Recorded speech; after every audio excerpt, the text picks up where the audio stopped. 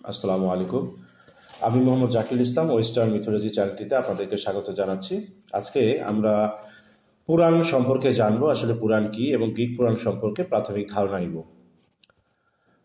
পুরাণ হচ্ছে মিথ বা লেজেন্ড। পুরাণ হলো প্রাচীন কাহিনী বা গল্প যা সাধারণত দেবতা, নায়ক ও সুপার ন্যাচারাল চরিত্রকে কেন্দ্র করে লেখা হয়।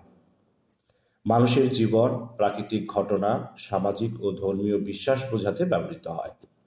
অনেক সময় এরা আধ্যাত্মিক শিক্ষা, নৈতিক শিক্ষা বা সংস্কৃতির ইতিহাসও বহন করে।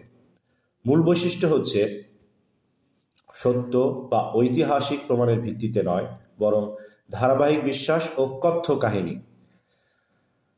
মানুষের সৃষ্টি, চরিত্র, নৈতিকতা, অন্ধবিশ্বাস ইত্যাদি প্রকাশ করে। গ্রিক পুরাণ কি? গ্রিক পুরাণ বা গ্রিক মিথোলজি হলো প্রাচীন গ্রিসের দেবতা, নায়ক ও বিশ্বের সৃষ্টির কাহিনী। এতে জিউস, হেরা, অ্যাথেনা, হেরাক্লেস, পার্সিউস ইত্যাদি দেবতা ও বীরদের গল্প আছে। গ্রিক পুরাণে প্রকৃতি, নক্ষত্র, সমুদ্র, জগৎ ও মানব চরিত্রকে দেবতার সঙ্গে যুক্ত করে বর্ণনা করা হয়। এর মাধ্যমে মানুষ প্রকৃতি ও জীবন বোঝার চেষ্টা করত। পৃথিবীর সবচেয়ে পুরনো পুরাণ কোনটি? এই প্রশ্নের উত্তরে যদি বলি, পৃথিবীর সবচেয়ে পুরানো পুরাণগুলোর মধ্যে উল্লেখযোগ্য হচ্ছে সুমেরীয় পুরাণ, প্রাচীন মেসোপটেমিয়ার প্রায় 4000 খ্রিস্টপূর্বে; মিশরীয় পুরাণ, প্রাচীন মিশরের দেবতা ও আফটার লাইফের গল্প; 3 নম্বর হচ্ছে হিন্দু পুরাণ, যেটা ভারতীয়, যেমন বেদ, রামায়ণ, মহাভারত 3500-5000 বছর পুরানো। অর্থাৎ পৃথিবীর সবচেয়ে প্রাচীন পুরাণগুলো মানব সভ্যতার শুরুর দিকে জন্ম, যেখানে মানুষ তার সৃষ্টি, চরিত্র, প্রাকৃতিক ঘটনা ও অন্ধবিশ্বাস ব্যাখ্যা করার চেষ্টা করেছিল। পুরাণ হলো মানুষের বিশ্বাস ও গল্পের মাধ্যমে জীবন সৃষ্টির ব্যাখ্যা, যা প্রাচীন সভ্যতার নৈতিকতা ও ধর্মীয় চেতনার প্রতিফলন। গ্রিক পুরাণের কোনো একক লেখক নেই। এটি প্রাচীন গ্রিসের লোককথা, কাহিনী ও দেবতার গল্পের সংকলন, যা শতাব্দী ধরে মুখে মুখে এবং বিভিন্ন লেখক বা কবিরা লিখেছেন। সবচেয়ে প্রাচীন ও প্রভাবশালী গ্রিক সাহিত্যিকরা যারা এই কাহিনী উল্লেখ করেছেন তাদের মধ্যে একজন হচ্ছে হোমার। ইলিয়াড ও ওডিসি গ্রন্থে দেবতা ও নায়কদের গল্প বর্ণনা করেন। হেসিওড থিওগনি গ্রন্থে দেবতার জন্ম ও প্রাথমিক সৃষ্টির কাহিনী বর্ণনা করেন। এই 2 গ্রন্থ গ্রিক পুরাণের প্রধান উৎস হিসেবে গণ্য। আজকে আরও জানবো আমরা গ্রিক পুরাণের আদি উৎস। কাউস থেকে সবকিছুর উদ্ভব হয়েছে, অর্থাৎ গ্রিক পুরাণে সবকিছু শূন্যতা থেকে সৃষ্টি হয়েছে। গ্রিক পুরাণে কাউস হল সর্বপ্রথম প্রাথমিক সত্তা বা শূন্যতা। এটি বিশ্বের সৃষ্টি ও দেবতাদের জন্মের পেছনের মূল উৎস হিসেবে বিবেচিত হয়।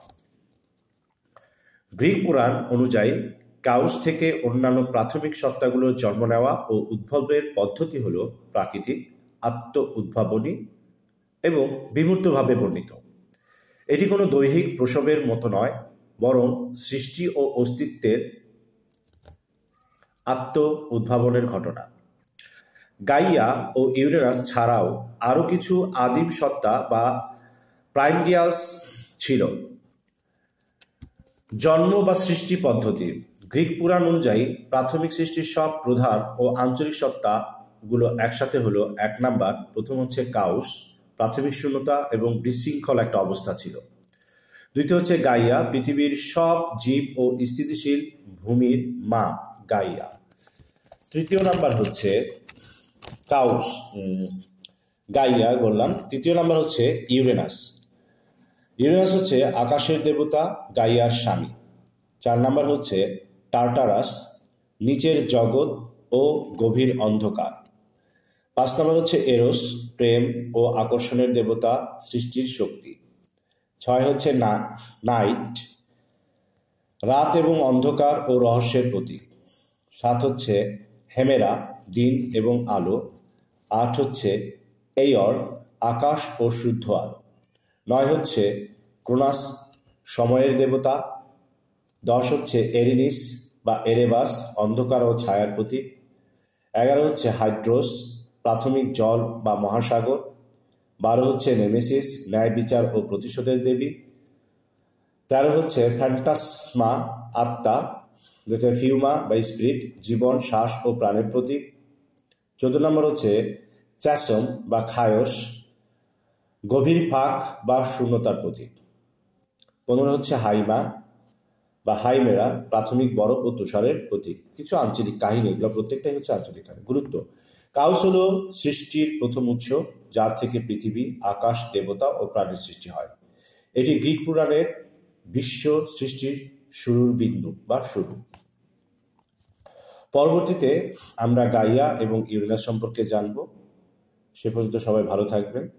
আমাদের চ্যানেলটিকে সাবস্ক্রাইব করবেন, লাইক, শেয়ার এবং কমেন্ট করবেন এবং বেল আইকনটি প্রেস করে রাখবেন। অসংখ্য ধন্যবাদ। আসসালামু আলাইকুম।